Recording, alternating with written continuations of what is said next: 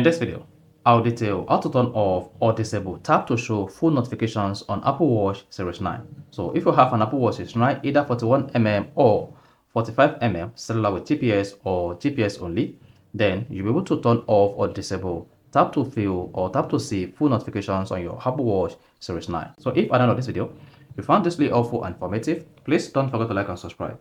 Now the first one to do here is you want to exit the clock screen by pressing the Chrome button just once. And you'll be taken to the app menu. On the app menu, locate the settings icon and click on it. Now once you click on the settings icon, just scroll down and tap notifications. Then once you click on notifications, scroll down or use the Chrome button to scroll up and down like this.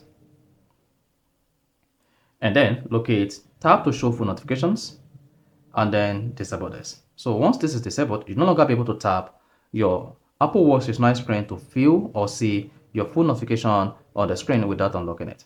So if this is helpful and informative, please don't forget to like and subscribe.